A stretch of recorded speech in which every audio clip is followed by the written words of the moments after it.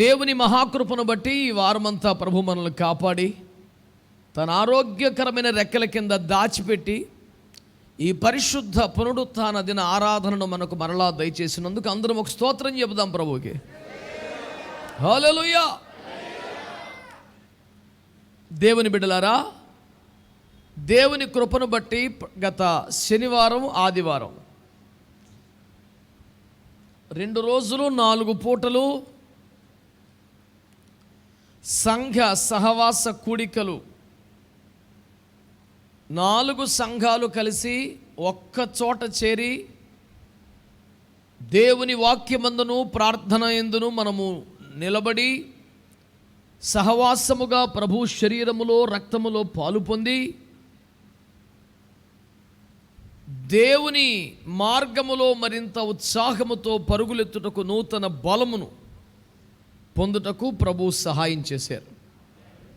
దానిని బట్టి ప్రభువుని స్తుతిస్తున్నాను. పాలు పొందిన వారందరినీ కూడా అభినందిస్తున్నాను. నిశ్చయంగా దేవుడు మిమ్మల్ని ఆశీర్వదించునుగాక. కొంతమంది బిడ్డలు పాలు పొందలేకపోయారు, కొంతమంది బిడ్డలు మరి చీఫ్ గెస్ట్ లాగా టయానికి వచ్చి ఒక్కసేపు ఉండి వెళ్ళిపోయారు. మిమ్మల్ని గురించి మీరు ఏమనుకుంటున్నారో, మీ ఫీలింగ్ ఏంటో, మీ రేంజ్ ఏంటో ఒకసారి అద్దంలో చూసుకొని మాట్లాడుకోండి. ఆ అద్దం పేరేంటి? వాక్యం. మామూలు అద్దం ముందు వద్దన్న వెళ్తారులే గడికోసారి. కనుక మిమ్మల్ని గురించి మీరు ఏం ఫీల్ అవుతున్నారు? 24 పెద్దల్లో ఒకరు అనుకుంటున్నారా? ప్రధాన దూతలు కెరూబులు మీరే అని ఫీల్ అవుతున్నారా? సంపూర్ణ సిద్ధి పొందిన ఆత్మలుగా భావిస్తున్నారా? ఇంకా నేర్చుకోవాల్సింది, మార్చుకోవాల్సింది, సరి చేసుకోవాల్సింది ఏమీ లేని ఒక గడ్డకెక్కేసిన ఫీలింగ్ వచ్చిందా? ఈ దరిద్రం నశించునుగాక. మనము ఆ గడియ వరకు, ఆ దినము వరకు నానాటికి మనల్ని మనం సరి చేసుకుంటూ, సిలువకు అప్పగించుకుంటూ, ఉపదేశంలో కడగబడుతూ, అగ్ని చేత కాల్చబడుతూ దేవుని పనికి మనము సహకరించవలసిన వారమై ఉన్నాం. ఆమేన్. కనుక కార్యక్రమాలలో అదే కొంతమంది ఈ చుట్టాల్లో ఎవడు పుట్టినా ఎవడు చచ్చినా ఖచ్చితంగా వీళ్ళ హాజరు ఉంటుంది. వర్షం రాని వరద రాని ఓపిక లేకపోతే మరి చుట్టాలు పెళ్ళి కదండి. అసలు వీళ్ళు లేకపోతే అసలు పెళ్ళి ఆగిపోద్దన్నంత బాధ్యతగా పరిగెడతారు 100 కిలోమీటర్లు. ఇంకా డిపార్ట్మెంట్లో కానీ, కుల సంఘాలు కానీ, పాపిష్టి సంఘాలు కానీ ఇంకేమైనా ఉంటే వాటి భోజనానికి వెళ్ళి తెగ తినేసి వస్తారు. కానీ సంఘ సహవాస కూడికలు అంటే వెళ్ళకపోయినా పర్వాలేదు అనుకునేంత దిగజారుడుతనం వారి ఆధ్యాత్మిక జీవితంలో ఉండడం సిగ్గుచేటు, చాలా సిగ్గుచేటు. దానికి హేతువులు చూపించగలిగిన 7గురిలో నువ్వు తగలబట్టడం ఎంత దరిద్రం. కనుక పాలు పొందిన వారికి వందనాలు, పాలు పొందని వారికి గద్దింపులు, చిత్కారాలు, మొట్టికాయలు, చెప్పు దెబ్బలు అన్నీ అనుభవించండి. దేవుడు మిమ్మల్ని ఏదో రకంగా 4 బాధైన లైన్లో పెట్టాలని అయితే నేను ప్రార్థన చేస్తాను. దేవునికి స్తోత్రం. మరీ బుద్ధిహీనంగా అమ్మాయికి క్షమించు ప్రభు అని పదాక అదే ప్రార్థన చేస్తాం. ఇంకో ప్రార్థన వస్తలేదు నాకు, కొంచెం మార్చాలా అని కొంచెం జ్ఞానోదయం అవుతుంది ఈ మధ్య. అతమాట ఒకటే ప్రార్థనే కాదు, యేసుప్రభు కూడా చిరాకు వచ్చి చేస్తుందాం అనిపిస్తుంది. క్షమించు ప్రభు ఇది తప్ప ఇంకో ప్రార్థన వస్తలేదు. బిడ్డలారా, క్రమశిక్షణ కలిగిన బిడ్డలుగా బ్రతకండి. గత వారం ఎస్కోట దగ్గరలో ఉన్న ఏఎస్ఆర్ గార్డెన్స్లో మనం సంఘ సహవాస కూడికలు ఏర్పాటు చేసుకున్నాం. అక్కడ సిగ్నల్స్ చాలా వీక్గా ఉండటం వలన ప్రసంగాలు రికార్డ్ చేసినా అవి అప్లోడ్ చేయడానికి అవ్వలేదు, లైవ్ స్ట్రీమింగ్కి అవ్వలేదు, తర్వాత తిరిగ్గా పెడదామని అవ్వలేదు. కానీ మన బిడ్డలకి ఈ వారం అంతా కూడా అవ్వలేదు. దేవునికి స్తోత్రం. దేవుని కృపలు మరి ఈ వారం ఏమైనా పెడతారేమో చూద్దాం. ఈ పూట మరి సిగ్నల్ స్ట్రెంగ్త్ ఎట్లుందో, లైవ్ స్ట్రీమింగ్ నడుస్తుంది అనుకుంటున్నాను. వినగలుగుతున్న బిడ్డలందరూ ధన్యులని. 2 వారాలు వరుసగా సాంకేతిక సమస్యల కారణంగా యూట్యూబ్ ద్వారా దేవుని వాక్యాన్ని అందించలేకపోయినందుకు ఎందరూ బాధపడ్డారో, ఎందరూ మరి వేదన పడ్డారో మనకు తెలియదు, కానీ నాకైతే కొన్ని వందల మంది ఫోన్లు చేశారు, మెసేజ్లు పెట్టారు. అయ్యా ఎందుకు యూట్యూబ్లో వాక్యం అప్లోడ్ చేయట్లేదు, లైవ్ ఎందుకు రావటం లేదు అని. లైవ్ ఇచ్చే వ్యవస్థలన్నీ లైవ్లో లేవు, అవన్నీ జీవోత్సవాలుగా మారినాయి. అందుకే లైవ్ ఆలస్యమైంది. కనుక ప్రభు చిత్తమైతే ఈ దినం 3 ఆరాధనలు కూడా ప్రజల ఆధ్యాత్మిక అవసరాలకు దేవుని మహిమార్థమైన సేవలో భాగంగా తన ఇంటి వారికి తగిన వేళ అన్నము పెట్టవలసిన నమ్మకమైన దాసునిగా 3 సందేశాలు కూడా ఈరోజు లైవ్ స్ట్రీమ్ చేయాలని ఆశపడుతున్నాం. కృపగల దేవుని ఆత్మ మనకు సహాయము చేయునుగాక. ఆమేన్, హల్లెలూయా. నేటి ధ్యానం కొరకై పరిశుద్ధ గ్రంథమైన బైబిల్లో నుంచి కొన్ని వాక్యాలు మనం చదువుకుందామండి. అపోస్తలుడైన పౌలు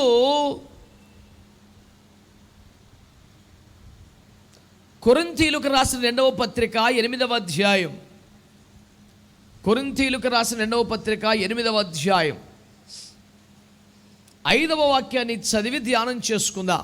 ఇదియుగాక మొదట ప్రభువునకును దేవుని చిత్తము వలన మాకును తమ్మును తామే అప్పగించుకునిరి, ఇంతగా చేయుదురని మేము అనుకొనలేదు. ప్రేమ కలిగిన మా మహాపరిశుద్ధ తండ్రి, ప్రాణాత్మ దేహములతో మీకు లొంగిపోతున్న అల్పదాసుని అంగీకరించి అద్భుత హస్తాల్లో దాచి అగ్ని చేత కాల్చి అభిషేకించి మీ చేయును ఉద్దేశించిన మీ సేవంతా ఈ పాత్ర ధర జరిగించుకొని మీరే మహిమ పొందమని యేసు నామములో ప్రార్థించి వేడుకొని పొంది ఉన్నాము తండ్రి. అందరం ఒక మంచి స్తోత్రం చెల్లిద్దాం. ప్రభువునందు మిక్కిలి ప్రియమైన దేవుని ప్రజలారా, దేవుని వాక్యమును మీరు శ్రద్ధగా ఆలకించగలిగితే మాసిదోనియాలో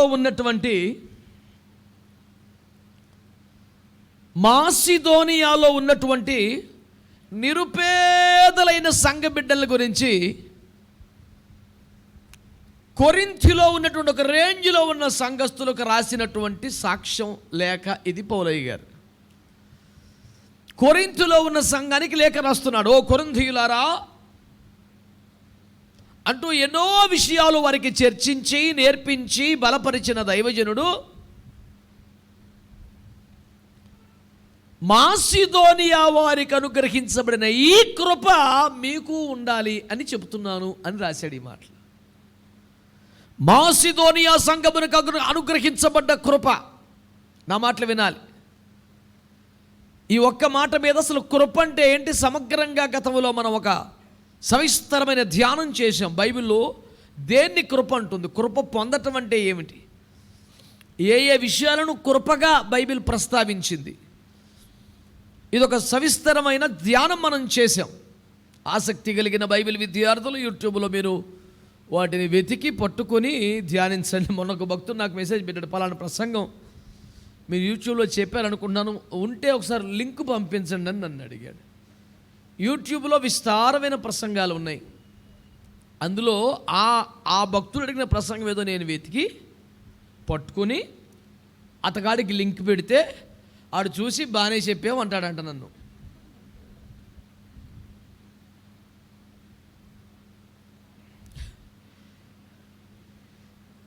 శివుడు వస్తుందిరా అంటే ఆ చేత్తో తీసేమన్నాడు ఒక దుర్మార్గుడు.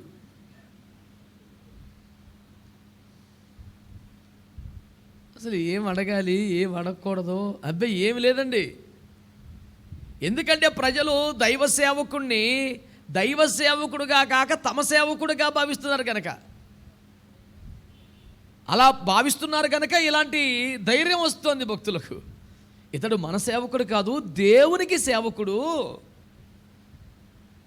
దేవునికి సేవ చేయుచున్న దానిలో భాగంగా ఆ వాక్యము ద్వారా ఆత్మ ద్వారా మనకు కూడా పరిచర్యలు చేస్తున్నాడు అనే భావన పోయి కొంతమంది ప్రార్థనలు వింటారు, ప్రభా మా సేవకుని కాపాడండి, మా దాసుని కాపాడండి.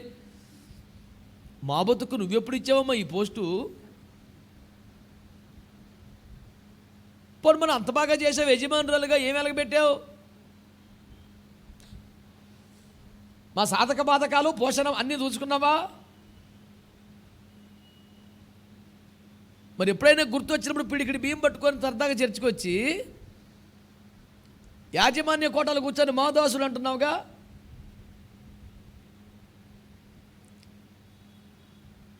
తెలియక అయితే ఓకే, తెలుసుకునే ప్రయత్నం లేకపోతే కుదరదు. సవిస్తరంగా, సవివరంగా, విశ్లేషణాత్మకంగా వివరించిన తర్వాత కూడా తెలియని అమాయక ఫేసు పెట్టడం అసలు కుదరదు.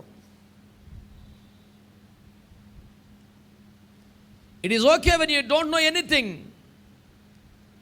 But it is not at all acceptable if you are not teachable. నా భాష అర్థమైందా? విషయం తెలియకపోతే పర్వాలేదు, నేర్చుకునే తత్వం లేకపోతే చాలా డేంజర్. యేసు ప్రభు వారు మనల్ని జగటమన్ను అన్నారు, గుర్తుందా మీకు ఆ మాట? ఏమా మాట్లాడండి రా అంటే అర్థం ఏంటంటే, నా చేతిలో మీరు అలా ఉండాలి, నాకు నచ్చిన షేప్ చేసుకుంటానని. బిగుసిపోయేలా కంటే రాలిపోయే పొడిమట్లే తయారవ్వకూడదు. దేవునికి స్తోత్రం. జగటమన్లా ఉంటే ఏ షేప్ కావాలంటే ఆ షేప్ చేసుకుంటాడు ఆయన. ఆ మౌల్డింగ్కి అనుకూలంగా ఉండాలి మనం. That is what I mean to say teachable. బోధింప తగిన, నేర్పించదగిన వ్యక్తులుగా ఉండాలి అని. అర్థమైన వాళ్ళు ఆమె అనండి పోనీ. హల్లెలూయా. కనుక ప్రభువునందు ప్రియులారా, ఈనాటి ఉపదేశాన్ని మనము చూస్తే, కొరింథులో ఉన్న సంఘానికి లేఖ రాస్తూ, ప్రియులారా అబ్బా మీకు ఎన్నో వరాలు, ఎన్నో కృపలు మీకు ఉన్నాయి, కానీ మాసిదోనియా వారికి ఉన్న కృప మీకు కూడా ఉండాలి అంటూ వారిని ప్రోత్సహిస్తూ మంచి లేఖ రాశాడు. మాసిదోనియా వారికి ఉన్న కృప ఏమిటయ్యా అంటే, వారు నిరుపేదలైనను వారి దాతృత్వం బహుగా విస్తరించింది, ఒకటి. రెండు, వారు బహు శ్రమల వలన పరీక్షింపబడగా ఆ శ్రమలు యందు వారు అత్యధికముగా ఆనందించారు. శ్రమలు సహించడమే చాలా కష్టం. బాబు నా వల్ల కావట్లేదని విసిగిపోయి చిరాకు పడి దేవుణ్ణి వదిలి, విశ్వాసాన్ని వదిలి, పరిశుద్ధతను వదిలి పిచ్చి పిచ్చిగా మారిపోతున్నారు చాలామంది. సహించడమే గొప్ప సంగతి. చాలామంది శ్రమలు సహిస్తారు, ఓపిక పడతారు, బాధను ఓర్చుకుంటారు. కొంతమంది మాత్రమే ఆ బాధను బట్టి కూడా దేవుని స్తుతిస్తారు. సహజంగా ఆలోచించండి, కష్టమా కదా? ఒకరికి వ్యాధి వచ్చిందనుకో, ప్రభువా స్వస్థపరచని ప్రార్థన చేస్తాం, స్వస్థ రాగానే స్తుతిస్తాం. స్వస్థత రాగానే స్తుతించడం సాధారణం, స్వస్థత లేని వ్యాధిలో స్తుతించడం సూపరు. అది కదా కష్టం. స్వస్థ వచ్చాక దేవానికి స్తోత్రం, ఎంత నెమ్మది ఇచ్చావా అని ఎవడైనా అంటాడండి. దానికి ఎంత ఉపదేశం ఏంటో, అపోస్తుల బోధలో ఉంటాం. ఇది ఇన్ని అవసరమా? ఎవరైనా రోడ్డు మీద బాగా మూలుగుతున్నాడు అనుకోండి, నువ్వు దేవుని ఆత్మచేత రేపబడి వారిని టచ్ చేసేవారు హీలెడ్ అనుకోండి, బావా అంటే ఇది నా వలన కలిగింది కాదు, ఇది యేసయ్య కార్యం అంటే, యేసయ్యా నీకు స్తోత్రం నాడు కూడా అంటాడు. దానికి ఒక మారు మనసు, సమర్పణ, వైరాగ్యం, ఉపదేశం, ఉపేక్ష, అప్పగించు, ఇన్ని అవసరమా? మాసిదోనియా సంఘానికి ఉన్న కృప ఏంటంటే, శ్రమలు సహించేవారు చాలామంది ఉన్నారు, కానీ వారు శ్రమలలో అత్యధికంగా సంతోషించారంట. లాటర్ మీద లాటర్ తగిలిన దగ్గరికి అంతే చేతలో ఒక శ్రమ రాగానే అబ్బా మళ్ళీ శ్రమ వచ్చింది నాకు. ఆ శ్రమల వలన కలిగిన ఆశీర్వాదం వాళ్ళకి తెలుసు. టపటప రెండు మాటలు అనుకుందామా శ్రమల గురించి? మనం అనేక శ్రమలు అనుభవించి దేవుని రాజ్యములో మాట్లాడాలి. ఆ వాక్యం నాకు తెలియక ఆగానంటావా? ఒక పదం మీరు పలకాలని, నోటితో ఒప్పుకోవాలి, చెప్పాలని. అర్థమైందా? మౌన ముద్ర వేసుకొని మొహం చూడటం కాదు, మాట్లాడండి. దేవునికి స్తోత్రం కలుగునుగాక. ఏముంటుందండి వాక్యం? మనం అనేక శ్రమలు అనుభవించి దేవుని రాజ్యములో, అంటే శ్రమలు దేవుని రాజ్య ప్రవేశానికి దారి చూపుతాయి, మనకి నడిపిస్తాయి మనల్ని కదండి.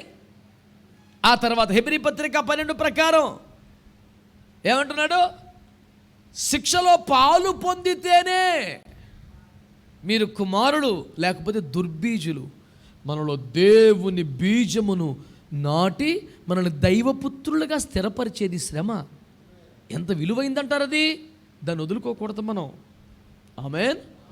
1 పేతురు పత్రిక 1వ అధ్యాయం 5వ వచనం ప్రకారం, 6వ వచనం ప్రకారం, అవసరమును బట్టే నానా శ్రమలు కలుగుచున్నాయి.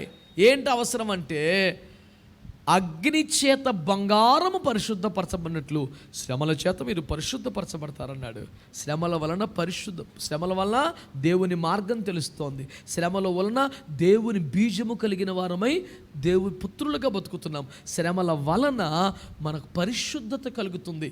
హెబ్రీ పత్రికలో మనం చూస్తే ఏమన్నాడండి? శ్రమల వలన మీరు సంపూర్ణులవుతున్నారు. పరిశుద్ధులు ఏమవ్వాలని చెప్పి ఎఫెసీ 4:11 సంపూర్ణులు అవ్వాలి. కనుక మనల్ని పరిశుద్ధపరిచేది శ్రమే, మనల్ని సంపూర్ణత చేసేది. అంటే ఒక శ్రమ వచ్చినప్పుడు మనకేం కలుగుతుందన్నమాట? దేవుని దారిలో స్థిరపడుతున్నాం. దావీదు అన్నాడుగా, శ్రమ కలగక మునుపు నేను త్రోవ విడిచి నడిచేది, ఇప్పుడు నీ కట్టడను అనుసరించి నడుచుకుంటున్నాను. నీ దారిలోకి వచ్చాను బాబయ్య. ఇప్పుడు శ్రమలు మనల్ని దేవుని దారిలోకి తెస్తున్నాయి. శ్రమలలో మనల్ని దేవుని బీజము కలిగిన వారుగా తయారు చేస్తున్నాయి. శ్రమలలో మనల్ని పరిశుద్ధపరుస్తున్నాయి. శ్రమలు మనల్ని సంపూర్ణంగా చేస్తున్నాయి. కాబట్టి శ్రమ వచ్చినప్పుడు స్తోత్రం చెప్పాలా వద్దా? శ్రమలో సంతోషించాలా వద్దా? అందుకనే ఆ పదం వాడు అవసరమును బట్టి అన్న పదం అపోస్తలుడైన పేతురు గారు వాడారు. మనమేమిటన్నా మళ్ళీ అనవసరంగా ఇంకో తలకాయ నొప్పి వచ్చింది మనకంట. నానా విధమైన శ్రమలు అవసరము అనండి. అనవసరంగా ఏ శ్రమ రాదు అనండి. ఈ పూట పలకటం కాదు, మీకు జీవితంలో గుర్తుండాలి. ఒక శ్రమ వచ్చినప్పుడు మళ్ళీ అనవసరంగా అనొద్దు. ఇదే అవసరానికి వచ్చిందంటారు అని చూడాలి. ఒకసారి వాళ్ళ కళ్ళు మూసుకొని మన లోపలికి మనం చూసుకుంటే అంతర్ముఖులమైతే, అంటే అంతరంగంలో చూడగలగటం, మనలోకి మనం తొంగి చూసుకోగలగటం అంతర్ముఖం అంటాం దాన్ని.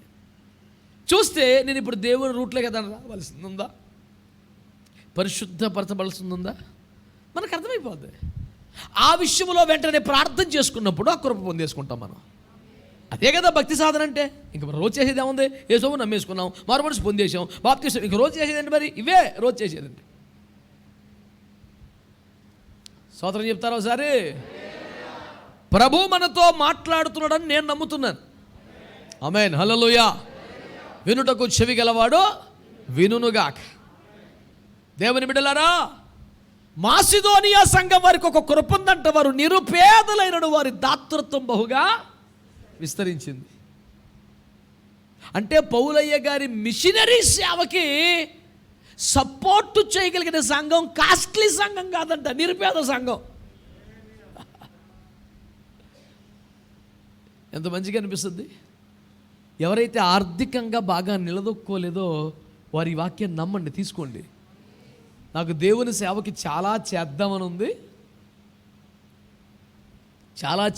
ఉంది, కానీ ఆర్థికంగా నాకు అంత వెసులుబాటు రాలేదు అనే మాటను రద్దు చేసేయండి. దేవుని చేత సహవాసమునకు నడిపించబడి, నాయకత్వానికి అప్పగించబడి, దశమ భాగము నాకు ఇస్తున్నటువంటి నా సహోదర సేవకులలో కొందరు ఆర్థికంగా బాగా దీన స్థితిలో ఉన్న వాళ్ళు ఉన్నారు. కొంచెం బాగా దీవించబడ్డ దైవజనుల్లో ఏది దశమ భాగం ఇచ్చే కొద్ది మంది సేవకులలో మాట చెప్తున్నాను నేను. ఆ కొద్ది మందిలో నమ్మకంగా క్రమంగా దశమ భాగం ఇస్తున్న వాళ్ళు ఆర్థికంగా బాగా దీవించబడ్డవారైతే 20% ఇస్తున్న సేవకులు కొద్ది మంది వాళ్ళు బహుపేదలండి. నాకు ఆశ్చర్యంగా ఉంటుంది. అంటే భాషా దోషాలు తెలియదు వాళ్ళకి. అన్న దశమ భాగం అని రాసి కింద 20% అని ఎత్తాడు. 20% వేసాక దశమ భాగం ఎట్టయిద్ది? అది ద్విదశ కదా పాప. ఇక ఇవన్నీ ఇంక ఈ భాష గొడవలు ఎందుకు? ఆ కవర్ చూస్తేనే నాకు చాలా, ఈ 20% కలిపితే కూడా ఆడి దశమ భాగంలో సగం అవ్వదు. It is not about the amount, అది మొత్తం ఎంత అన్నది కాదు కదా. బైబిల్ ఎప్పుడు దాన్ని లెక్కలేదు. హృదయమే ప్రధానం కదా. కానీ ఆర్థికంగా బాగా దీవించబడిన వారు దశమ భాగం ఇవ్వగలుగుతుంటే, ఆర్థికంగా చాలా ఇబ్బందులు పడుతున్న వారు 20% ఇవ్వడం చూసి నాకు ఆశ్చర్యం వేస్తుంది. ఇదంతా ఎందుకు సార్ మనకి ఇప్పుడు? ఎందుకంటే ఈ కృప మీకును అనుగ్రహించబడాలని నేను చెప్తున్నాను అన్నాడు ఆయన. లేకపోతే దాన్ని మనం చర్చకి చేపట్టం ఎందుకు? ఆదివారం కూటంలో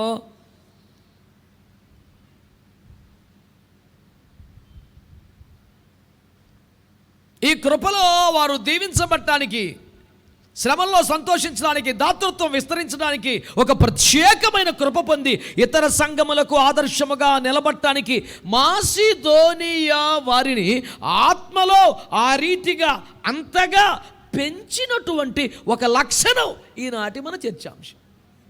స్తోత్రం అనొచ్చు. సందాలు ఇచ్చే కాడే పొదుపా, స్తోత్రం కూడా పొదుపేనా? ధారాళంగా స్తోత్రం చెప్పాలి కదండి. ఆమేన్, హల్లెలూయా. ప్రభునందు నాకు అత్యంత ప్రియమైన దేవుని బిడ్డలారా, శ్రద్ధగా మంచిగా మీరు ఆలోచన చేయండి.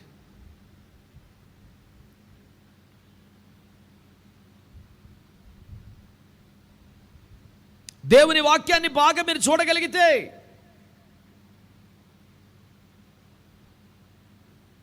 వారు దేవుని చిత్తమును బట్టి మొదట ప్రభువునకును తర్వాత మాకును తమ్మును తామే అప్పగించుకొనిరి. అది మన మూలవాక్యం కదండి. ఇతర సంఘముల వారు కొరింథీ వంటి శ్రేష్టమైన సంఘములకు, బలమైన సంఘాలకి, గొప్ప సంఘాలకి, ఏ కృపా వరమందనము లోపము లేని స్థాయికి ఎదిగిపోయిన కొరింథీలో ఉన్న సంఘానికి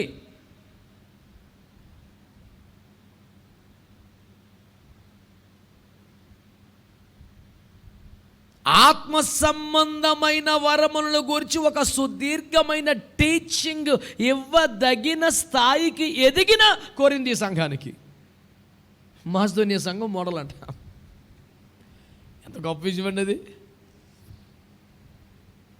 ఆత్మ వరములు, ఆత్మ ఫలములు, కృపావరములు మీద ఒక వర్క్షాప్ పెట్టి ఒక టీచింగ్ సెషన్ పెడితే నూతన విశ్వాసాలకు పెట్టగలమండి? కొంచెం ఎదిగిన వాళ్ళ కదా అది చేయాలా? మరి కొరింథీ సంఘం ఆ రేంజ్లో ఉంది. మరి ఆత్మ సంబంధమైన వరముల గురించి మీకు తెలియకుండా నాకు ఇష్టం లేదు అంటూ వాటిని సూపర్గా డిస్క్రైబ్ చేశాడు పౌలయ్య గారు.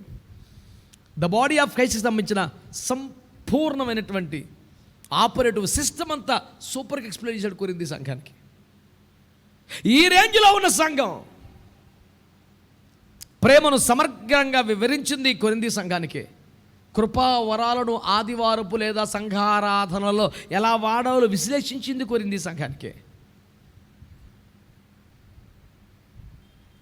ఆత్మీయ నాయకత్వానికి, తల్లి సంఘానికి, బ్రాంచీ సంఘాల నుండి అర్పణ ఎలాగో పంపాలన్న విధి విధానాలు ఖరారు చేసింది కొరింథీ సంఘానికి. పునరుత్థానములో దేహములు ఎట్లా ఉంటాయి, ఆకారం ఎట్లా ఉంటుంది, మరణానంతర జీవితానికి సంబంధించిన విశ్లేషణలు ఏమిటి, అది చెప్పింది కొరింథీ సంఘం. అంటేనే వాళ్ళ విషయంలో ఎన్రిచ్డ్ చర్చ్, అది మంచి సరుకు సత్తా ఉన్న సంఘం. అంత గంభీరమైన సంఘానికి ఒక పేద సంఘాన్ని చూపించి ఈ కృప పొందుకోండి మీరు అన్నాడు. దేవునికి స్తోత్రం కలుగునగా. ఎంత ఎలాంటి రేంజ్ అండి మాసిదోనియా సంఘానిది. మాసిదోనియాలో ఉన్న సంఘమునకు అనుగ్రహించబడ్డ మీకు కావాలి ఆదర్శ క్రైస్తవ విజయవంత జీవనమును సాగించిన మాసిదోనియా సంఘపు ఆ అభ్యున్నతికి కారణం మన చర్చాంశం ఏమిటది? వారు మొదట దేవునికిని తర్వాత మాకును తమను తాము అప్పగించుకొనిరి. అందరు చెప్పండి. మొదట, తర్వాత దైవజనులకును తమను తాము. ఈ మాట శ్రద్ధగా మీరు వినాలి. మీలో ఎంతమంది దేవునికి మిమ్మల్ని మీరు అప్పగించుకున్నారు? చేయెత్తి ఆమేన్ అనండి. దేవుని చిత్తానికి, దేవుని వాక్యానికి, దేవుని ఆత్మకు, దేవుని నడిపింపుకి, ఉపదేశ క్రమానికి. ఆమేన్. ఎంతమంది అప్పగించుకున్నారో వారి స్తోత్రం చెప్పండి గట్టిగా. ఇప్పుడు రెండవ మాట, దేవునికి అప్పగించుకున్న వారు ఎవరికి అప్పగించుకోవాలట? ఇప్పుడు చెప్పండి మరి. దైవజనులకు కూడా మీరు అప్పగించుకున్నారా? స్తోత్రం చెప్పండి అనాలి. ఇప్పుడు ఇంకా అట్లేదని చూస్తున్నారా చెయ్యాలా పెట్టుకొని? నాకు అనాలనిపించలేదు. సొంతంగా మీరే చెప్తే చెప్పలేదు దానిపడి. దైవజనునికట అప్పగించుకోవాలి అనండి ఒకసారి. అసలు ఆ మాటే నచ్చట్లేదు కదా కొంతమందికి. కొంతమంది పోకడ ఎలా ఉంటుందంటే, దేవునికి నాకు మధ్యలో ఎవరు ఉండకూడదు, మన డైరెక్ట్. నేను అన్నాను, అంత డైరెక్ట్ ఉన్నవాడు చర్చికి రావటం ఎందుకురా, యూజ్లెస్ ఫీలో.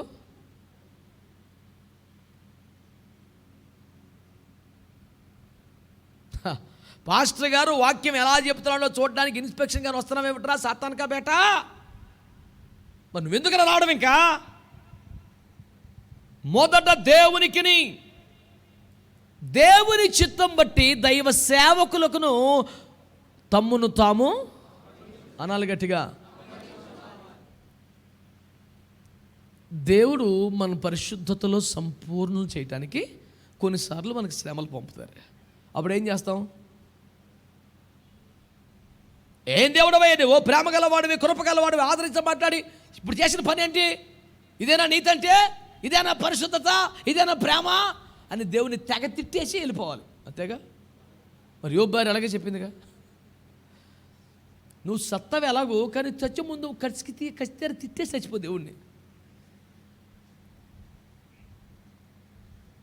ఉందా బైబిల్లో? నువ్వు దేవుని దూషించి మరణముగా నువ్వు సావాలి, అలాగో పోతే అయిపోయేది, చచ్చిపోతావు. చచ్చే ముందు గబుక్కుని చచ్చిపోతావు, ఖచ్చితంగా తిట్టేయి. తిట్టకుండా చచ్చిపోతావేమో, ఓ లోటు ఉండిపోద్ది.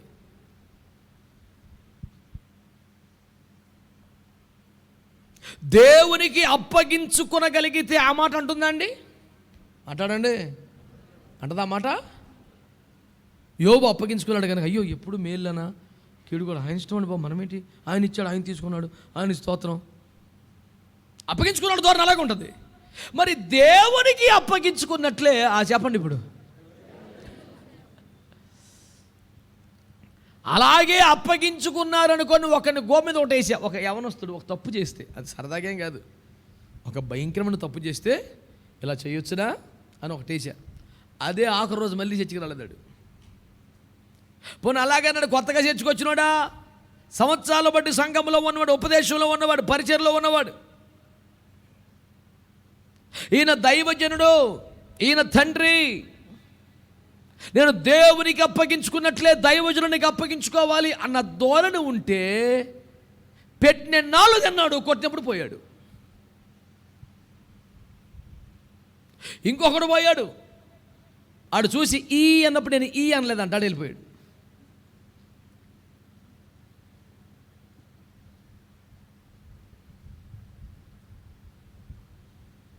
అసలు క్రైస్తవుడేనాడు, ఆడికి మారు మనసు ఉంది అసలు? ఆడి మనసు ఆడికే ఉంది కానీ కొత్త మనసు ఏమొచ్చింది ఆడికి? అర్థమవుతుందా మీకు నా మాటలో? మాసిదోనియాలో ఉన్న సంఘమట మొదట దేవుని చిత్తమును బట్టి దైవ సేవకులకును తమను తామే, ఇంతవరకు ఒకవేళ మీ జీవితంలో ఈ కోణం లేకపోతే, ఈ ధోరణి లేకపోతే, ఈ రోజు వరకు సరిగా అప్పగించుకోకపోతే, దేవుని వాక్యమును అంగీకరించి, దేవుని ఆత్మకు భయపడి, దేవుని చేత క్రమపరచబడి, దేవునికి దైవజనునికి మిమ్మల్ని మీరు అప్పగించుకోమని నా ఎదుట ఉన్నవారే కాదు, సర్వ ప్రపంచములో మీరు ఏ సంఘానికి వెళ్తున్న విశ్వాసులైనా దైవజనుడిగా మీకు దేవుని వాక్యమును బట్టి తీవ్రముగా నేను హెచ్చరిక చేస్తున్నాను. ఇది క్రమపరచబడవలసిన ఒక కోణం. అంటే ఆంధ్రప్రదేశ్ అంటే ఇలాగ అవుతుంది కానండి, మాకు దుబాయ్లో, మాకు కువైట్లో, మాకు అమెరికాలో అవ్వాలి. అమెరికా వాడికి, దుబాయ్ వాడికి, కువైట్ వాడికి వేరే బైబిల్ లేదు. మీరు వేరొక యేసును పూజిస్తున్నారా? వేరొక ఆత్మచేత నడిపించబడుతున్నారా? ఇదేనా? మీ పెంతుకోస్తు సంఘాలు నడుతుగా మా బ్యాప్టిస్ట్ చర్చిలో లోతం చేసిన అవ్వదు. గోత్రములు వేరైన ఇశ్రాయేలులు ఒక్కటే. బలాబలాలు, ఆధిక్యతలు, హెచ్చు తగ్గులు ఉన్న ప్రయాణ పద్ధతి ఒక్కటే. బలహీనతల, లోపములు, బలాలు ఉన్నను అదే మన్నా తినాలి, అదే నీరు తాగాలి, అదే మేఘ కింద నడవాలి. అందరి ప్రయాణ పద్ధతి ఒక్కటే. అంటే మా నడక కొంచెం వేరుగా ఉంటుందండి. వేరే గమ్యానికి వెళ్తాం. మరి నచ్చినట్టు తైతక్కలాడటానికి ఇది భాగవతం కాదు, వీధి నాటకం కాదు, వేదికల మీద ప్రదర్శన కాదు, సాంఘిక నాటకాల కళా నైపుణ్య ప్రదర్శన కాదు. ఇది భక్తి జీవిత సాధన, పరమునకు చేరాల్సినటువంటి ముక్తి మార్గములో పోరాటం చేస్తున్నటువంటి క్రైస్తవ అనుదిన జీవిత ప్రక్రియ. దేవునికి స్తోత్రం కలుగునగా. హల్లెలూయా. ఇది ఒక సిద్ధాంతం, ఇది ఒక ఉపదేశం, ఇది ఒక క్రమం. దైవజనులకు వందనాలు చెప్పాలని, దైవజనులకు సందా ఇవ్వాలని చాలదా? అప్పగించుకోవాలి. ఇంకో మాట చెప్పనా, మీరు ₹1,00,000 సందా ఇచ్చి మాటకు లోబడకుండా వినకుండా తిరుగుతున్నారు అనుకో, మీ విషయమే దైవజనుడు సంతోషపడతాడా? నీ వెండి నీతో నశించునుగాక నాలంటి దాన్ని ఎత్తాడు. కొంతమంది అయితే కొంచెం ఆలోచిస్తారు, ఇంకా ఆలోచించను కదా, ఏ చేస్తానంతే. దేవునికి స్తోత్రం. నీ హృదయము దేవుని ఎదుట సరిగా లేదు కాబట్టి మీ అర్పణను మేము అంగీకరించుటలేదు అని కూడా చెప్పలేదు. నీ వెండి నీతో నశించునుగాక. ముందు హృదయం సరి చేసుకో, సందట్టుకో చేసావు వరా అన్నాడు అంతే.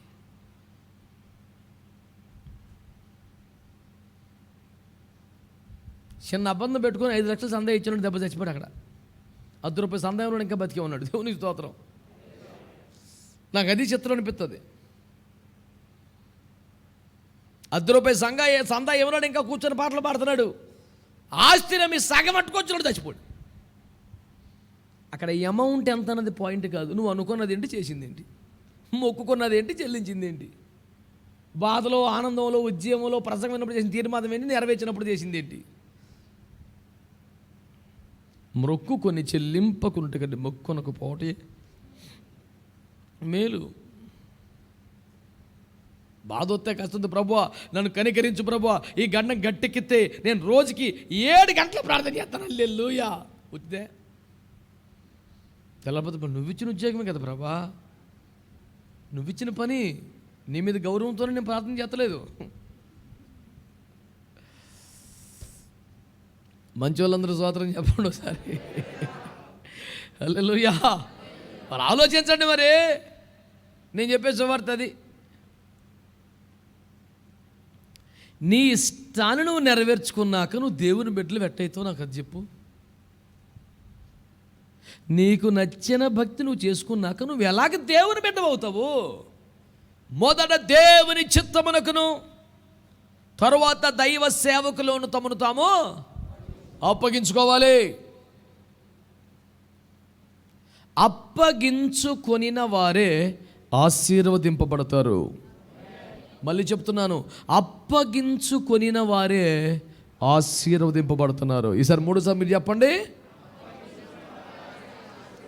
నీ ఆశీర్వాదాలు నీవు అప్పగించుకొనుట కొరకు ఎదురు చూస్తున్నాయి, నీ గుమ్మలో ఉన్నాయి. నువ్వు అప్పగించుకోక అనుగ్రహించబట్టం లేదు. ముఖ్యంగా యవన బిడ్డలు ఆలోచించండి. మీరు దేవుని సేవకునికి యవన కాలంలో కాస్త టెంపర్ ఉంటుంది, కాస్త అడావుడు ఉంటుంది, తల బిరుసు ఉంటుంది. ఆ బిరుసు అంతా తగ్గి కొంచెం లూజ్ అయిపోటికి పేరమే పోతే చివరికి వచ్చేద్దాం. పడిపండి బలమంతా పోయాక ఆ ఒక్క పాటే నీకు మిగులుతుంది. ఇంకో నెల 2 3 నా ఇంటి దీపం అని అలాంటివి కొన్ని ఉంటాయి. ఆపదలు నన్ను ఇంకంతే. ఇంక అలాంటివి కొన్ని ఉంటాయి. ఆశా నిరాశయే. నీ జీవితంలో విజయ గీతము అది పాడాలంటే, కృప వెంబడి కృపను పాడాలంటే అప్పగించుకోవాలి. మరి దేవునికి స్తోత్రం చెప్పండి అందరూ కూడా. హల్లెలూయా. ఆ సందర్భానికి నువ్వు ఆ పాట పాడు. నీ జీవితానికి, నీ అనుభవాలకి, నీ జీవితానికి తగ్గట్టు ఒక పాట ఎత్తంటే ఏ పాట ఎత్తుతావు? 10 మందిలో బాగా ఉండాలని మంచి పాట సెలెక్ట్ చేసుకుని పాడతావా? నీ జీవితానికి అన్వయం అయ్యే పాట ఒకటి పాడమంటే ఏం పాట పాడగలవు? రేయి పగలు నీ పద సేవే. 8 గంటలు మినిమం పడుకునే వాడికి సెట్ అయిద్దా పాట? యథార్థంగా చెప్పండి. మినిమం 8 గంటలు పడుకున్నాడు రేయి పగలు అట ఎట సెట్ అయింది? తనువు నాదిదిగో పై నుంచి కింద దిగదుడు పేసేసి బంగారు షాప్ యజమాని డబ్బులు ఇచ్చి యాడికి నుంచో పెట్టినట్టుగా షాపులో ఉన్న ప్రతి ఆభరణం ఒక్కొక్కటి తగిలిచ్చేసి అడ్వర్టైజ్మెంట్ చెయ్యాలా? అలా తయారైపోయి ఏం పాడుతున్నావు పాట? తనువు నాదిదిగో గై కొనుమియో ప్రభువాని పనికి ప్రతిష్ఠించుమి నర్మాయి అడుగా. నీ తనువు ఆడిచ్చావు యేసు ప్రభుకి. తనువు అంటే శరీరం కదండి. దేవునికి స్తోత్రం చెప్పరే. హల్లెలూయా. అందుకే నేను అన్నాను, నచ్చిన పాట, బాగా పాడగలిగిన పాట, నీ లైఫ్కి సెట్ అయిన పాట ఒకటి పాడు నేను అనేది. ఇదిగో నేను ఉన్నానయ్యా, దయతో నన్ను గైకొనుమయ్యా, నా యేసయ్యా నేనేమైనా ప్రభువా అని పాడుతున్నా. వెనకాల ఒక గుద్దు గుద్దాలని ఆడు పాడతాడా ఆపుతాడా? ఈ పాట పాడి ఇంటికి వెళ్ళేసరికి ఏందిరది? దేవునికి స్తోత్రం. అవును, మర్చిపోయి ఈ 2 డబ్బాలు పెట్టారు ఎందుకురా ఈ వారం? ఎవడో మారు మనసు లేనివాడు ఎవడో పనిచేసాడు ఇవాళ. మారు మనసు పొందండి, మారు మనసుకు తగిన ఫలం ఫలించండి. లేదంటే హల్లెలూయా. చదువుకో, మార్కు మత్తయి 3:8 అక్కడ ఉంది. అగ్గి వేసేస్తాడు మళ్ళీ. దేవునికి స్తోత్రం కలుగునుగా. స్తోత్రం చెప్పండి. హల్లెలూయా. బిడ్డలారా, మీరు జాగ్రత్తగా ఆలకించండి, జాగ్రత్తగా ఆలకించండి. అప్పగించుకోవడంలో ఉన్న ఆశీర్వాదాన్ని మీరు అనుభవించాలని నేను కోరుకుంటున్నాను బిడ్డలారా.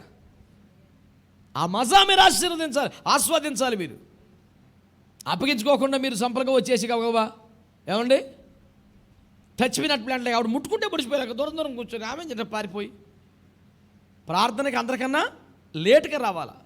ఎవరికి వందనం చెప్పే పరిస్థితులు. ఆమె అంటే అంతకన్నా ముందు వీడికి వందనమే అంత బరువు అయిపోతే వీడి సంఘానికి ఎంత బరువు? వీడు నువ్వు వందనం చెప్తూ నీకు అంత బరువు అయితే ఓడకి బరువు అయిపోయినాయి. యోనా గారి కంటే నువ్వు ఇంకా ఎక్కువ కదరా నాయన.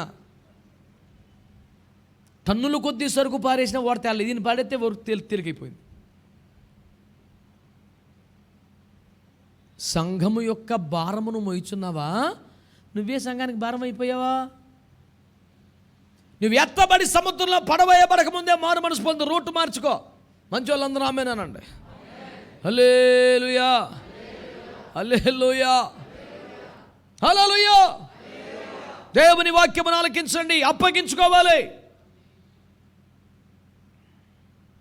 ఆ క్రమాలు నేర్చుకోవాలి. మనం రెఫరెన్స్లని చదవాల్సిన పల్లె సింపుల్గా చెప్పేస్తాను. మాసిదోనియా వారు పొందిన కృప మిగతా సంఘాలు పొందాలని పౌలయ్య గారు చెప్పారు కనుక ఈ ఉపదేశాన్ని మీ దగ్గరికి మోసుకొచ్చాను నేను. మొన్న సంఘ సహవాస కూడికలలో చాలామంది అప్పగించుకోలేదని నాకు అర్థమైంది. అందుకని ఈ ఉపదేశం చెప్తున్నాను ఇప్పుడు. దేవుని సందు మరి ఎట్లా చేశారు ప్రభు, నన్ను ఏం చేయమంటామని అడిగితే ప్రభు నాకు ఈ ఉపదేశం ఇచ్చాడు. ఇక ఆయన ఏది ఇస్తే అదే కదా, నేను చేసేదేముంది?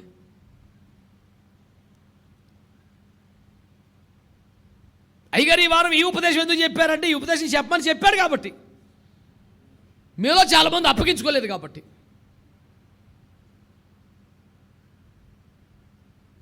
మీ కొరకే ఉపదేశం తీసుకోండి జాగ్రత్తగా. సకల ప్రజలలో ఎవరైనా ఈ స్థితిలో ఉంటే తీసుకోండి వాళ్ళు కూడా.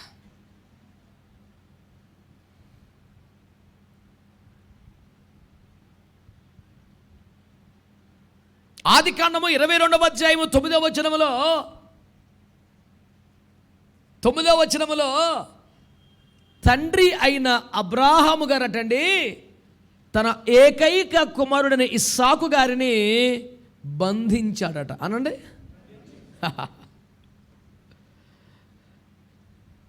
తండ్రులు పిల్లలను బంధిస్తే పిల్లలు ఉగ్రవాదులైపోయే పరిస్థితి. అక్కడ దాకేందుకంటే కన్న తండ్రి కొడుకు ఫోన్ లాక్కోమను. యవ్వన వయసులోకి వచ్చిన, కాలేజీ వయసుకు వచ్చిన కుర్రోడి చేతిలో నాన్న ఫోన్ లాగేసుకొని బీరువాలో పడి తలవేమను. అది ఇల్లు పీకి పందిరేసేస్తాడు. ఓపుకుంటే చిత్తకొట్టేస్తాడు ఎదురు తిరిగి, ఓపిక లేకపోతే ఆడే గోడ బొరకేసి బాధేసుకుంటాడు. పిల్లలారా, మీ తల మీరు బాదుకుంటున్నారంటే తల్లిదండ్రులను బాధ లేకలా బాదుకున్నారు తప్ప మీ స్వభావంలో అంతకన్నా ఎక్కువ విధేయత ఏమీ లేదని అర్థం. నేను చెప్పింది అబద్ధం అంటారా? చాలామంది పిల్లలు, నేను అడిగాను తల్లిగారిని, అమ్మ మీ మీద చేయొద్దా? నా మీదకి ఎప్పుడు చేయొద్దులేదండి, కానీ మా అమ్మాయి గదులోకి వెళ్ళి గోడకేసి బాధేసుకుంటుంది. అదంతా బరితెగించలేదు తల్లి, కానీ ఇంచుమించు ఒకటే. తల్లి కానీ తండ్రి కానీ మిమ్మల్ని సరిచేయాలని ప్రయత్నించినప్పుడు బుర్రబా తీసుకోవటం ఏంటి? యూజ్లెస్ ఫెలో, బుర్రబా తీసుకోవటం ఏంట్రా? రొమ్ము కొట్టుకొని ప్రలాపించాలి, గుండెలు బాదుకొని పశ్చాత్తపడాలి. నా తల్లికి నా తండ్రికి నేను ఎందుకెంతో దుఃఖం కలగజేశాను. అరే, కనిపించిన వారికి బాధ కలిగించడానికి నాకు సిగ్గుండాలి కదా. నా హృదయం ఎందుకు ఇలా అమ్మా నాన్నను బాధ పెడుతుందని నా గుండెను పగలగొట్టుకోవాలరా?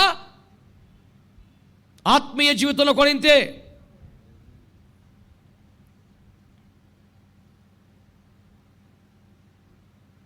పసివాడా ఇస్సాకా కాలానికి బలి అర్పణల తీరుతెన్నులు ఎరిగినవాడు కదా, స్వయంగా తన బలిపీఠానికి తాళ్ళే రాళ్ళు మోసుకున్నవాడు కదా,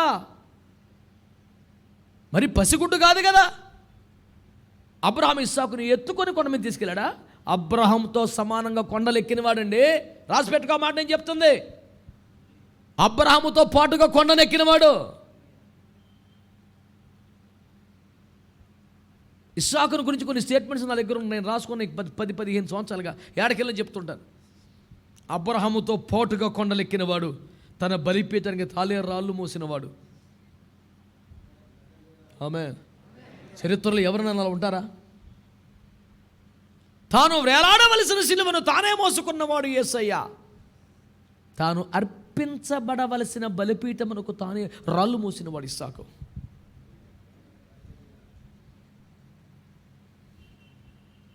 ఇస్సాకు పంట వేస్తే నూరంతలటండి. ఇంకా పసివాడు ఇంకా ఈ వాళ్ళ నాన్నగారు చనిపోయి ఇంకా రావట్దే వెళ్ళలేదు. పిల్లగాడు అనుకున్న లోపే ఫిలిస్తీన్లు గజగజలాడించాడు. రేయ్, అబ్రహాము చనిపోయిన మాట నిజమే, కానీ ఇక్కడున్నది అబ్రహాము కడుపును పుట్టిన ఇస్సాకున్నాడు రా. ఏమనుకుంటున్నారు మీరు? అబ్రహాము చనిపోయాడు కాబట్టి పర్లేదు అనుకొని ఫిలిస్తీన్లు తోక చాటించి అబ్రహాము తవ్వించిన బావులు పూర్తి చేశారు. తెల్లారిపాటికి మళ్ళీ మొత్తం బావులు తవ్వించేశాడు. ఎలాంటి మెసేజ్ పంపాడు ఫిలిస్తీన్లకి? అమ్మో, అబ్రహాముకు తగినోడు ఉన్నాడు, అక్కడ చంపేస్తాడు. అబ్రహాం అంటే రాజులకు వరకు సేమ్ మెసేజ్ వెళ్ళింది. తక్కువ అంచనా ఎదురోయి, అటు పవర్ఫుల్.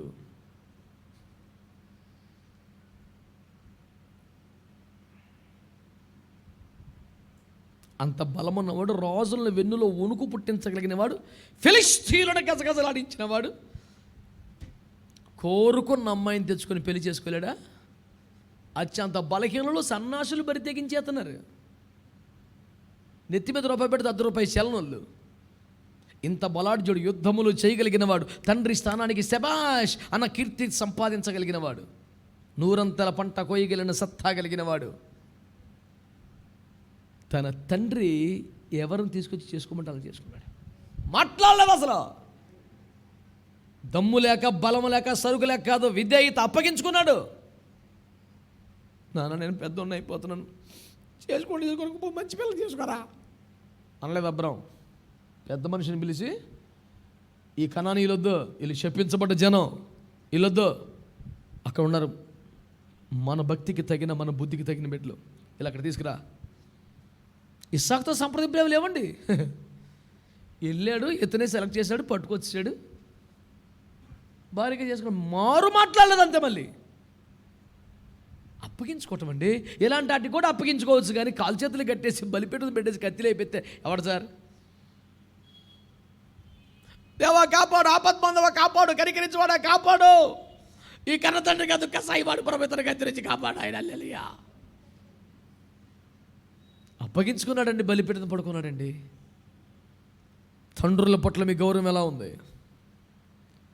నేను చెప్తుంది కేవలం శరీర సంబంధమైన విషయమేనా?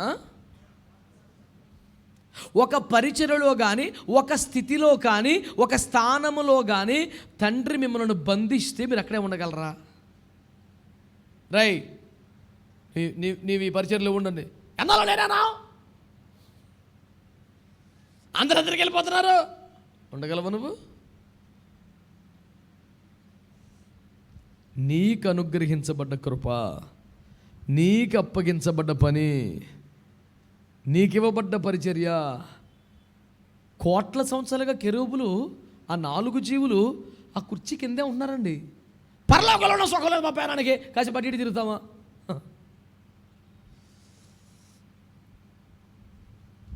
ఇప్పుడు 4 కదిలితే దేవుడు దిక్కులో అయిపోతాడు. పోనీ ఆయన ఏం చేయడానికి ఉంటుంది కదా. నీతి న్యాయము లేని సింహాసనాధారం అనొచ్చు, ఇబ్బంది ఏం లేదు ఆయనకి. ఇది మాకు దొరికిన ఛాన్స్, మేము వదిలిపెట్టమని ఫిక్స్ అయిపోయారు కుర్చీ కింద వాళ్ళు. చెప్పరే, తండ్రి బంధించినా మీరు ఉండగలరా? మా పాస్టర్ గారు అసలు ఏం ఫేస్ చెప్తలేదండి. ఎక్కడెక్కడ బంధకాలు, ఇక్కడికి వెళ్ళొద్దు అంటాడు, అక్కడికి వెళ్ళొద్దు అంటే చచ్చి ఎలాంటి చచ్చికి వెళ్ళను. తిరుగురా బలాదురుని వదిలేసేవాడు జగించుకెళ్తావా? ఎల్లో దేవునితో నిబంధన కలిగిన అబ్రాహాము అయితే ఎక్కడ బంధించాలో అక్కడ బంధిస్తాడు కుమారుల్ని. చెప్పరే, దేవునితో నిబంధన కలిగిన అబ్రాహాము అయితే తన కుమారులేక తన వెండి చేత కొనబడిన దాసులకు కూడా అదే నిబంధనలోకి రప్పించిన అబ్రాహాము అయితే, ఆమేన్, ఎంట పుట్టినవాడు కానీ వెండితో కొనబడిన దాసుడు కానీ అందరికీ ఒకే క్రమం. ఎవడైనా స్తోత్ర ప్రార్థనలకు రావాలి, ఎవడైనా ఆ రోజు ఉపవాసం ఉండాలి, ఎవడైనా మోకరించాలి, ఎవడైనా చేతులు ఎత్తాలి, ఎవడైనా రోజుకు 10 అధ్యాయాలు చదవాలి. ఎవరికైనా అంటే నా ఇంట్లో పుట్టినోడా వెండి చేత కొనబడిన అంటే విమోచించబడ్డాడు, రక్షించబడ్డాడు. అది ఎవడైనా సరే.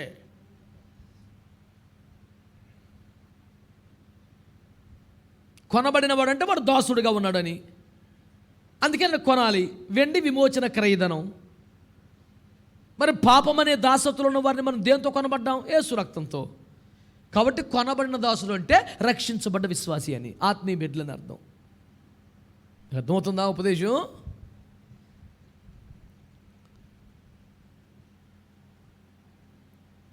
ఏ రకమైన వాడమైనా సరే నువ్వు ఇంట్లో ఉన్నావంటే ఈ గుడార క్రమాలు నీకు రావాలంతే.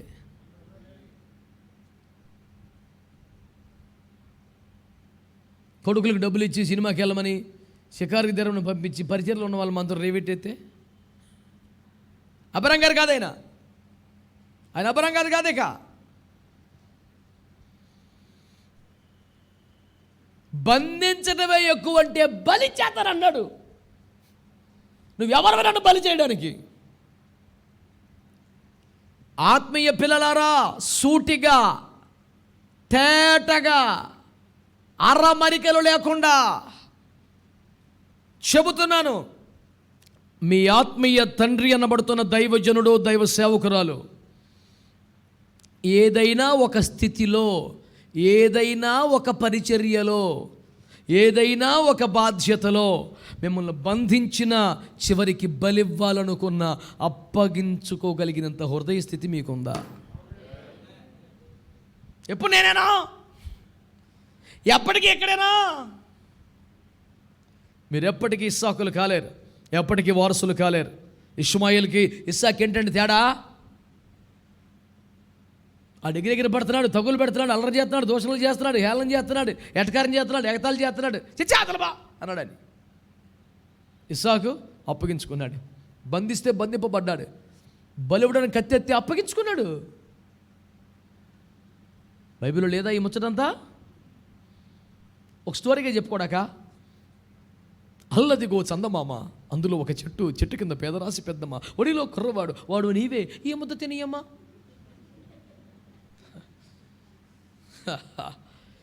ఈ చందమామ కథలా అండి ఈ స్టోరీలు? మనం నడుచుకోవాల్సినవి కాదంటారా? అప్పగించుకోవాలి. 2-3 అన్నారు ఆమెనని.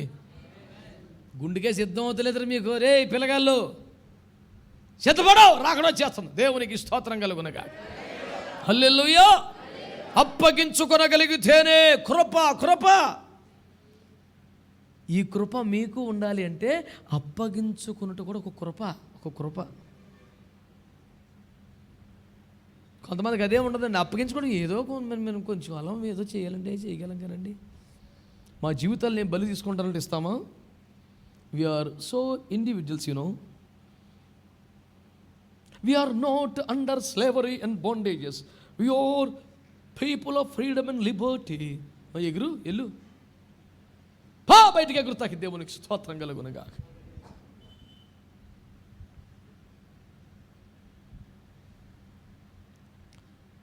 న్యాయాధిపతుల 11వ అధ్యాయంలో యెఫ్తా కుమార్తె ఉందిగా.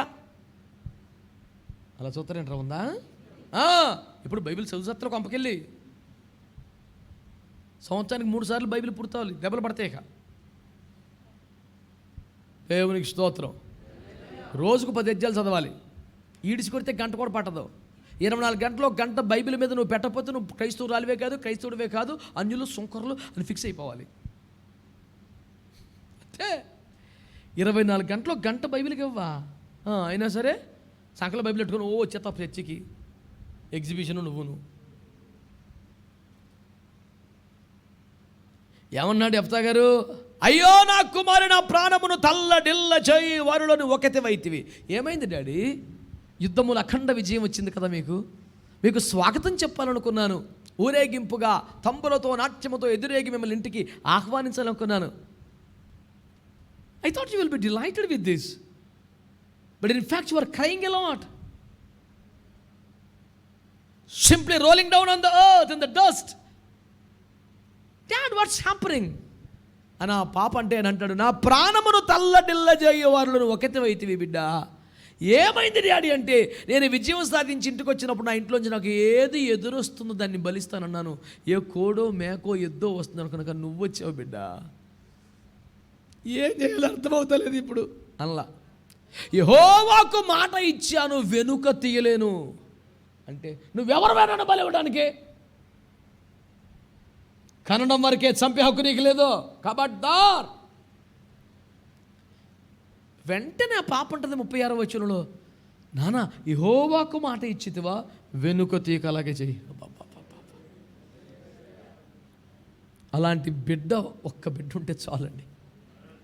సేవకి, సంఘానికి, పరిచర్యకి ఒక్క బిడ్డ అలాగా అప్పగించుకునే బిడ్డలు తమ జీవితాన్ని దేవుని కొరకు, ఆత్మీయ తండ్రుల కొరకు, వారి సమర్పణ కొరకు బలివ్వటానికి ఇష్టపడగలిగిన ఒక్క బిడ్డ బాబా.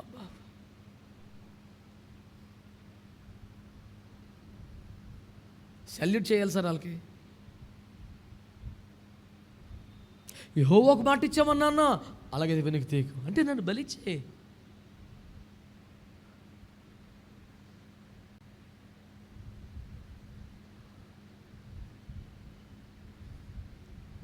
కోడో కుక్కో మేకో ఎద్దో వస్తుందనుకొని బలిచ్చాడు, మొక్కుకున్నాడు ఆయన.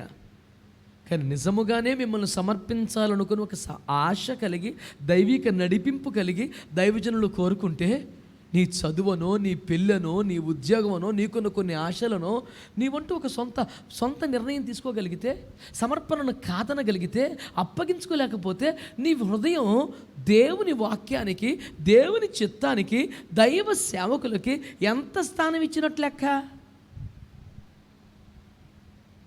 ఆలోచించాలి కదా మరి.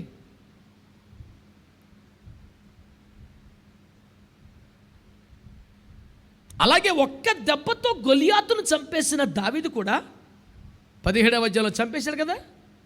18లో ఏం చేశాడండి? ఆడి తలకాయ ఒక చేతిలో, ఆడి కత్తి ఒక చేతిలో పట్టుకొని సౌలు గారి దగ్గరికి వెళ్ళి పెట్టాడు. ప్రజలందరూ వేల మంది కేకలేస్తున్నారు. ఏమని? సౌలు 1000 కొలు చంపితే దావీదు 10,000 కొలది. మా రాజుగారి కన్నా దావీదు 10 రెట్లు బెటర్ అని ప్రజలు అడుస్తున్నారు. అరుస్తుంటే కూడా చేతులు కట్టుకొని నిలబడితే, రై ఇవాళ నుంచి నా ఆయుధాలు మోస్తావా? యుద్ధం చేతకానుడు, యుద్ధం అంటే భయవేసినోడు, గదిలో తలుపేసుకున్నవాడు, రాజ్యాన్ని పెంచమంటే వాటలేసి పనిచేసేవాడు, అందరికన్నా ముందు కిటికీలు తలుపేసుకేసుకునేవాడు, ఎత్తుగాడు ఆయుధాలంట దేశమును సింహాసనమును కాపాడిన ఒకడు మొయ్యాలంట. సార్ ఒకసారి మనకి ఏమైనా మ్యాచ్ అవుతుందో ఆలోచించుకోండి ఒకసారి. లేనిపోని డాంబికాలకు పోకుండా నా ఆయుధాలు నువ్వు మోయి వెనకాలరా అనాలి. వెంటనే సౌలు ఆయుధములు మోయువాడుగా దావీదు మారి, సౌలు పంపిన కళ్ళ చోట్లకెళ్ళను పోయి సుబుద్ధి కలిగి పనిచేస్తూ వచ్చాడు. అందుచేత యెహోవా దావీదునకు తోడై ఉన్నాడు. స్తోత్రం చెప్పండి గట్టిగా. పొద్దున్న లేచి చంపలేసుకొని ఎరుగురుకొని నాకు తోడుగా రా ప్రభా, తోడుగా ఉన్నానంటివే వస్తాడు. ఎవడికి రా? పంపిన చోట్లకెళ్ళను పోయి సుబుద్ధి కలిగి పని చేసుకో. దేవుని కృపలో ప్రభు నాకు అనుగ్రహించినటువంటి ఆత్మీయ పిల్లల్లో కాకుండా సేవకుల్లో కూడా చాలామంది నువ్వు పలానా పరిచయకి వెళ్ళినానా, తాను ఒక సంఘ కాపరి బాధ్యత కలిగిన వాడైనా సరే అన్న, తప్పకుండా చెప్పాలి ఒక వ్యక్తి గురించి. ఇప్పుడు నేను ఈ మధ్య కాలంలో తూర్పుగోదావరి జిల్లాలో సుమారు 1500 మంది దాకా ఉన్న ఐఎఫ్జే సేవకుల్లో ఒక్క దైవజనులు మాత్రమే కోల్పోయాం కరోనా వలన. మంచి వయసులో ఉన్నాయనే, పెద్ద వయసేం కాదు, దొరికిపోయారు. ప్రభు పిలుపు పొందుకున్నారు, మహిమలోకి వెళ్ళిపోయారు. వారికి సంతానం లేరు. భార్య పాస్టరమ్మ సేవలో నిపుణత గల స్థాయికి ఏమీ రాలేదు, నడిపించలేదు, ప్రార్థన చేసుకుంటుంది పాపం తన మటుకు అంతే. సంఘం చూస్తే 250-300 మంది. గుండెలు పగిలిపోయాయి, హృదయాలు చెదిరిపోయాయి, కకావికలమైపోయింది. ఆయన గారు ఒక 2 సంవత్సరాలుగా రాజమండ్రి ఐఎఫ్జేకి వస్తున్నారు. అంతకన్నా ముందు మనకేం తెలియదు. నెలకు ఒకసారే కదా, ఒక 2 గంటలు కలిసి ప్రార్థన చేస్తాం. వచ్చినప్పుడు అయ్యా మా సేవ కొరకు ప్రార్థన చేయండి, మా సంఘం సరేనయ్యా, మా పోరాటాలు కొన్ని ఇలా ఉన్నాయి, ప్రార్థన చేయండి. వారు చెబుతూ ఉన్న సమస్యలను బట్టి, వారి పరిస్థితులు ఎరిగి, వారు అప్పగించుకున్న తీరును బట్టి వారి కోసం ప్రార్థనలు చేస్తూ ఉంటే, సంఘంలో తరచుగా జెఫన్యా గారిని నేను వెంబడిస్తున్నాను, ఫాలో అవుతున్నాను, వారితో సహవాసంగా ఉంటున్నాను. వారి ఉపదేశాల వల్ల నేను చాలా విషయాలు సరి చేసుకున్నాను, అవే మీకు చెబుతున్నానంటూ పలుమార్లు సంఘాల్లో చెప్పారట. అందుకని సంఘస్థులందరికీ నాకు వ్యక్తిగత పరిచయం లేకపోయినా నన్ను గురించి వాళ్ళ కాపరి చెప్పిన సాక్ష్యాన్ని బట్టి యూట్యూబ్లో వారు కూడా చూస్తూ సంఘస్థులు ఫాలో అవుతున్నారు. ఇది జరిగిన సాక్ష్యం. ఈలోపు ఈయన చనిపోయారు. హాస్పిటల్లో చివరి దశలో ఫోన్ వచ్చింది నాకు. వెంటనే మన సేవకులు కొందరిని పంపించాను, చేయగలిగిన కొంత సహాయాన్ని పంపించాం. ఈలోపే ప్రభు పలుకున్నారు, మహిమలోకి వెళ్ళిపోయారు. ఏం చేయాలో తోస్తుందిలో మన సహోదరులు కొంతమంది అడిగితే కోవిడ్ భయంకరంగా ఇంట్లోంచి బయటికి రావడానికి కూడా అవకాశం లేని, ఛాయ్ లేకుండా గదుల్లో ఉండిపోతున్న భయంకర కాలంలో మన ఐఎఫ్జే సేవకులు కొంతమంది వెళ్ళి ఆ డెడ్ బాడీని తీసుకొని వాళ్ళ గ్రామానికి వెళ్ళి బంధువులు ఎవరు రావడానికి ధైర్యం చేయకపోతున్న స్థితిలో భూస్థాపన చేసి, మళ్ళీ జ్ఞాపకార్థకుడికి లాంటిది కూడా చేసి సంఘాన్ని ఆదరించి వచ్చారు. ఆ తర్వాత ఆ పాస్టమ్మ గారు, అయ్యా మా సంఘం పరిస్థితి ఏంటి, ఎవరైనా సేవకుని పంపుతారా, మాకెవరు తెలీదు, మా అయ్యగారు మాత్రం ఎప్పుడు మీ పేరే చెప్తున్నారు, నాకేం తెలియదు ఇవన్నీ, సంఘం అందరికీ కూడా మీ పేరే చెప్తున్నారు, మేము ఆయన ఫాలో అవుతున్నాం, నడిపింపులో ఉన్నాను అంటున్నారు. మరి ఇప్పుడు మేము ఏం చేయాలి, నన్ను మీరు ఎలాంటి సహాయం కోరుకుంటున్నారు, ఒక సేవకుని పంపండి అయ్యా. వెంటనే రాజమండ్రిలో సేవ చేస్తున్న పాస్టర్ విజయబాబు అనే ఒక సేవకుడిని, ఆయనకు ఆదివారం 4 ఆరాధనలు ఉంటాయి, 4 చోట్ల సంఘారాధన నిర్వహిస్తారు. ఫోన్ చేసి, నాన్న పలాని సంఘ పాస్టర్ గారు చనిపోయారు, వాళ్ళకి ఇప్పుడు దైవజనులు లేడు, నీ 4 ఆరాధనల టైమింగ్స్ ఎలా మార్చుకుంటావో, ఎట్లా అడ్జస్ట్ చేసుకుంటూ తెలియదు, ఇది మొదలుకొని ఆ సంఘ బాధ్యతలు నువ్వు తీసుకోవాలి. కష్టమా కదా, ఆదివారం 4 సంఘారాధన, అది కూడా అదే ఊరిలో కాదు, రాజమండ్రి నుంచి దుల్ల మండపేట దగ్గరికి వెళ్ళాలా. రెండవది, వెళ్ళాలి కానీ ఆ సంఘం చితికిపోయి మందిరం నిమిత్తం 20-25 లక్షలు అప్పు చేసిపోయి చచ్చిపోయా పాస్టర్ గారు. కాబట్టి నువ్వు ప్రతి వారం నీ ఖర్చులతో వెళ్ళి రావాలి, ఎప్పటికి ₹1 కానుక తీసుకోకూడదని చెప్తే ఎవడో ఒప్పుకుంటాడండి భూమి మీద? ఆదివారపు సంఘారాధనలే కాదు, ఆ సంఘంలో ఏ చిన్న కార్యక్రమం ఉన్నా తన పెట్రోల్ పోసుకొని ప్రతిసారి ఇల్లు వస్తున్నాడు కొన్ని నెలలుగా. ఎవడన్నా చేస్తాడండి? మీరు ప్రాక్టికల్గా ఆలోచించండి, ఇది సాధ్యమా ఈ రోజుల్లో?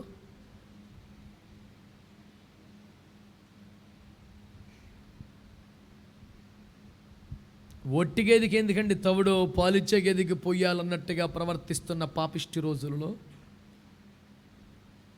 కొన్ని సంవత్సరాల పాటు నిర్వహించాల్సిన బాధ్యతలు ₹1 కూడా చందా రాకపోగా ప్రతి వారం ఖర్చు పెట్టుకోవాల్సి వస్తే కూడా తన పరిచర్లను పక్కకు జరిపి టైమింగ్స్ మార్చి, సంఘ ఆరాధనల సమయాలు మార్చాలన్నది ఈజీ అండి. తన ప్లేస్లో అసిస్టెంట్స్ని పెట్టుకొని కేవలం ఆత్మీయ నాయకుడు చెప్పాడని అప్పగించుకోవటం అంటే ఇదేమన్నా మామూలు విషయమా? ఇలాంటి నమ్మకమైన దైవజనులను సహోదరులుగా, సహదాసులుగా దేవుడు నాకు ఇచ్చాడు కనుక ఇంత భారీ ఉద్యమాన్ని నిర్వహించగలుగుతున్నాం. నా ఒక్కడితో ఏమవుద్దండి? కొన్ని వందల సేజీలు నేను చెప్పుకున్నాను ఈ మాట, నా ఒక్కనితో కాదు, ఒంటరిగా చేయలేమిది అని. సందర్భం వచ్చింది కనుక వారి పేరు చెప్తున్నాను. ఇలా ఒక్కొక్క పరిచర్కి సంబంధించి అందరి మందిలో పేర్లు చెప్పగలను నేను ఒక్క మాట అన్నందుకు. వందల కిలోమీటర్లు, వేల రూపాయలు ఖర్చులు పెట్టుకొని తిరిగిన సేవకులు ఇంతమంది ఉన్నారు. వాళ్ళేం కొత్తగా సేవకు వచ్చిన వాళ్ళు కాదు, బలమైన పరిచర్లకు వెళ్ళిన సేవకులు. ఆల్రెడీ దైవజనులుగా వాడబడుతున్న వారే అలా అప్పగించుకుంటే సంఘ బిడ్డలు మీరు ఎట్లా అప్పగించుకోవాలి? పంపిన చోట్లకెళ్ళను పోయి సుబుద్ధి కలిగి పని చేసుకొచ్చే నైజం ఉండాలి.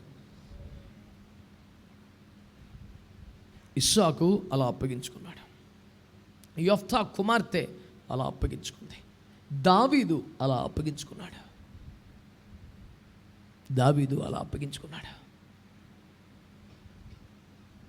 అలాగే తిమోతి అపోస్తుల 16:1-2 వచనాలు, ఫిలిప్పి 2:22 వచనం, మీకు తెలిసిన వచనాలే కదా ఇవన్నీ.